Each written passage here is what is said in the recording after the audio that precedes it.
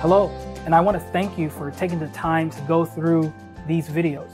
My name is Eddie Archer, and I work with 4Kids of South Florida. We are going through the 4Kids Epic approach, and we're discussing how this allows our children to engage a journey to be their genuine and whole selves. Now, this is more than a model or intervention. This is good parenting. I want to take you through the letter E of EPIC, which stands for emotional. This is where we ask the question, how can I stay connected? So how can we stay connected? I mean, granted, it's easy to connect with a person who wants to connect with you, but how do I connect with somebody who is having emotional and behavioral issues? How do I connect with somebody who wants nothing to do with me and doesn't even want me in the room? Here's the bottom line. We have to meet them where they are. It's possible to connect with your child regardless of their ability to connect with you. So in order to take a look at this, let's take another look at our 0 to 100 drawing that we did earlier. Once again, in your drawings, you remember we had a line right in the middle, 0 or 100, 20 and 80. All right. So let's start off with the 0 to 20 range, right about here.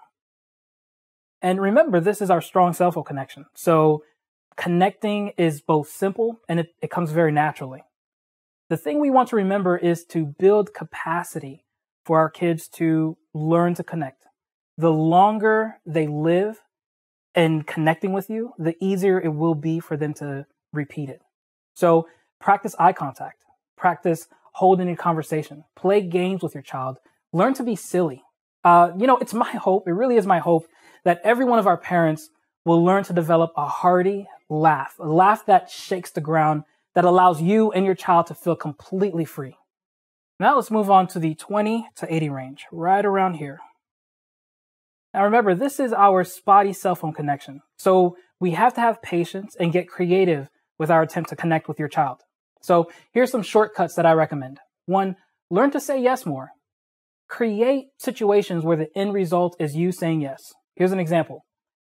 I think I bought too much ice cream.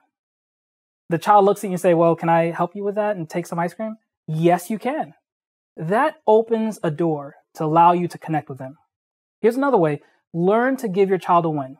If I can find a safe way to help a child feel in control, chances are that they will actually relinquish control to me later. That's trust that they'd be developing.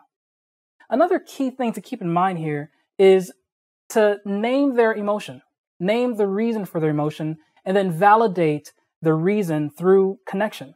Here's an example. Buddy, you're angry. I named the emotion. You're angry because you want to watch TV and I'm asking you to turn it off. I named the reason. And I get it. I get angry when I start something and I don't get to finish it. And so through that, you're opening a door to allow them to connect with you. Listen, folks, this has to be more than just trying to get compliance. We want our kids to get through their real emotions without having to engage a power struggle. So let's move on to the next range, 80 to 100.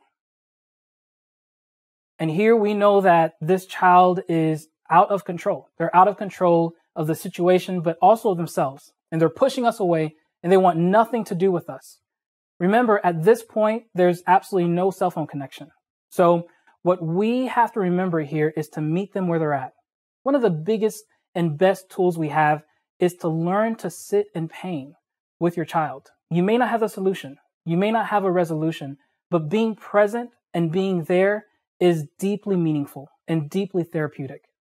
So I do want you to know as a parent, a part of teaching your child not to be afraid of their emotions and to get through them is us as parents learning to not be afraid of their emotions. So don't send your child away during timeout. This is a fragile time. Be present and be there with them. I hope you feel encouraged, and I hope you have some practical things you can do to emotionally support your children. Connection is key, and you can connect at every opportunity, regardless of how they feel about you. If you need additional support, feel free to give us a call here at 4Kids. Thank you for watching.